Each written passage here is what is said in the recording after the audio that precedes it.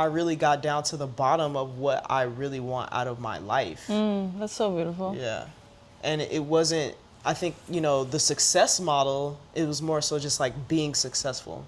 And I feel like our career, that question, like, Yeah. when are you going to open a practice? When are you going to have babies? They made us think that That was that was the end goal, and that owning a practice is what was going to make us happy. and successful. And like successful. that was success. Yeah. Oh, I just got chills because we both knew that our success wasn't there. It's not linear. It's not linear. Yeah. And I think that that's the whole part of duality in dentistry too, is that like it doesn't have to fit into the mold that they told us it has to fit into. Like owning a practice, you'll be happy and successful. Yeah. Or like specializing in working in a clinic that looks like this and doing X amount of sedations a day and X amount of this a day is gonna make you income, and that income will make you walk off happy. into the sunset. I was like, no, I don't want to do that. Like, I'm like, this is Can I do anything else? stupid. I was like, I need. Yeah. So that's beautiful. Yeah.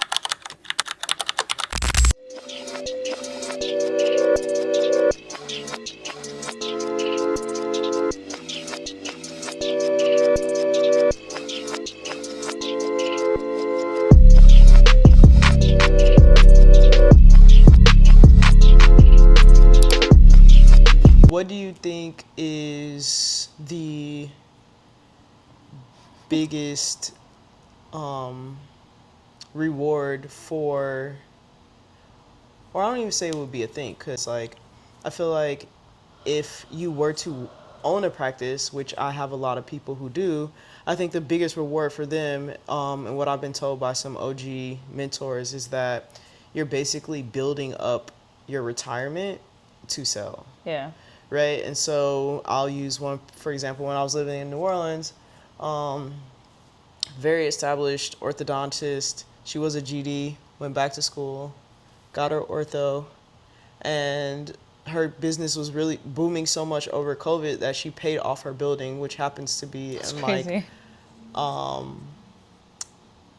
a well-established area of New Orleans. And so she was like, yo, when she sells her building, she's gonna get, you know, a mill here. And then she also has the practice to sell, because the practice It's is separate business. it's completely, separate right? business completely. So then she So has two smart. things to sell. So this is the one who hit me up in the Costco. I was actually probably buying, like, it was in the meat section, and she was just like, what are you doing? And I was like, oh, I'm about to get me some groceries. She was like, no, what are you doing with your life? And I was like, And that's when she was like, you know, you need to find a spot where you're going to live and blah, blah, blah. And these are some of the benefits. And she was like, I'm at Costco, you know, buying stuff for my business. And so what I think both of us have done, which people should do on their own, is get with people who you trust to give you insight into both. Yeah. Right?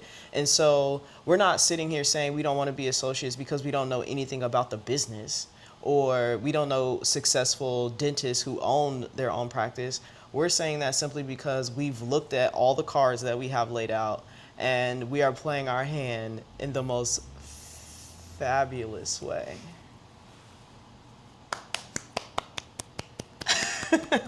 So true. Well, I think, you know, when people are explaining their situation, it should be, you know, based, or choosing what they want to do, should be because you have looked at and done all the research. So within the past, I would say year or 2 years, even since meeting Ashley, like, I started the dental camp because I was like, you know what, I was speaking with someone who had already went, and she was a practice owner, had 2 practices, and she was like, I was a frustrated associate, and she was like, hey, you should go and like get around some people where they can expose you to the different facets of dentistry, business, associate alike. And so now I could honestly say, prior to that knowledge, I was very scared of the process, and I was scared of failing, and I was scared to go into this and, like, you know, all the unknowns that was associated with it. And so then once, you know, I'm elbows deep, maybe like session 3, session 4 in the course, I'm like, I can actually do this. Like, owning a practice, I know so many people now. I have so many resources. I have a network of women who look like me, and I can be like, yo, I can't, I don't know. Yeah. And I was like, I can do this. I'm gonna own my own practice, Yeah. and I'm gonna move to this city in 2 years. And now I'm like making my plan, because super want to plan everything. And boom. After the course, plus like meeting with my executive coach on a regular basis, I really got down to the bottom of what I really want out of my life. That's so beautiful. Yeah. And it wasn't, I think, you know, the success model, it was more so just like being successful.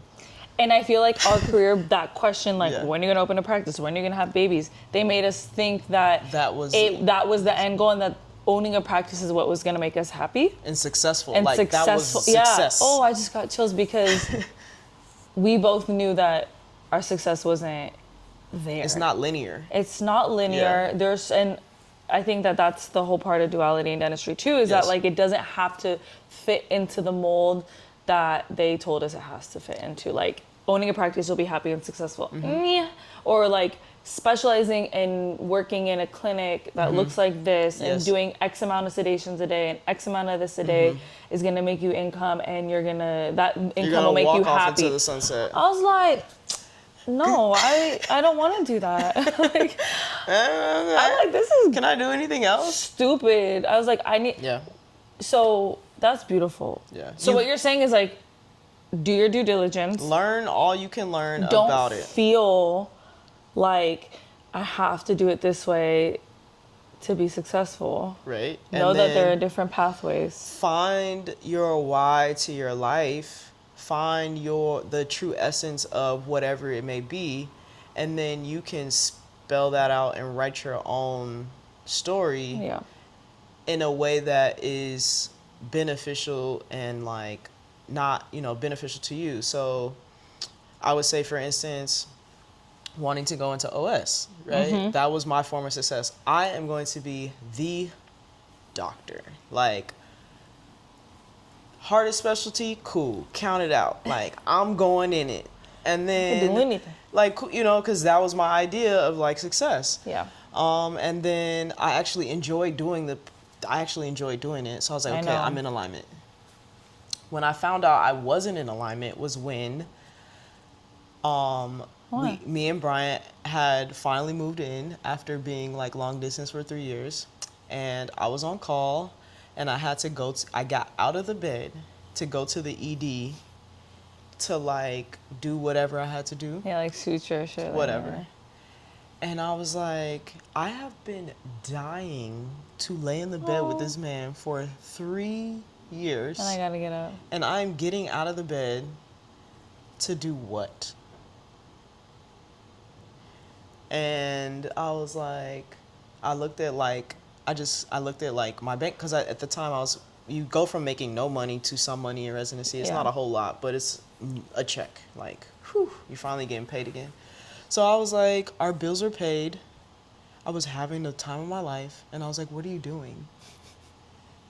I was like, well, I want to go be a surgeon. And then I was hanging out with the residents at, we won't name the place. Yeah.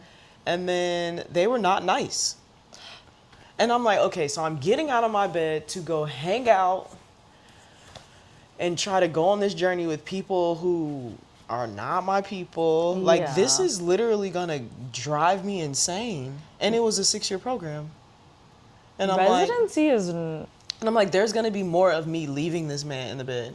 And it wasn't necessarily like, It's gonna be like 24-hour call Bro. shifts where you actually have to stay at the Bro. hospital, not right. see him. And it wasn't even like a situation of me feeling like, Bri wasn't saying nothing. Like, it wasn't like, Oh, yeah, no. It was, That never crossed my mind. People should know that too, though. Like, you gonna do what you want to yeah, do. like, it and was. be loved and supported. Yeah, but- it was solely me being like, looking forward to us living together. Yeah. And then like, But that's also your intuition in Yeah. your body was like, do I really want to do this? Yeah. So- And I always tell people like you can, but it's like it's really difficult to get through residency or even dental school if you have no care for it. Because why are you going to deal with the bullshit staying up and studying so hard and crying over tests You and have to be all these projects and all these you have deadlines to and be in. all these requirements. It's like you have to be locked in. You gotta be okay with drowning. Thank God. I don't think there's any other specialty I could have done swimming and because I would have drowning, been like, No, for sure. So I think the fact that you are listening to two people who have done the due diligence of trying their best Yeah. at something and like realizing, okay, this isn't for me. yeah. And being okay with And that. being okay with it, like, I just took an exercise class and I ain't with that class. Like, It's okay. I tried it. It's okay. And I think that's what people, if you see us and hear us, be okay to try something new. Be okay to be like, I tried it, I didn't like it, I'm gonna go try something else. Even shadowing. Everything. If you don't know what you want to do, go shadow a physician. Go shadow a dentist. Go shadow a pharmacist. Go shadow Anything. Like, you just need to know and then be okay with changing your mind and then whatever comes with that. Because I always felt like... Don't let that ego. Yeah, like, you might tell a few people. So either get out of your ego and get to the next level, or stop telling people your business before you think about doing it for real, and then you won't even have to tell nobody you changed your mind. Because you know thyself, like,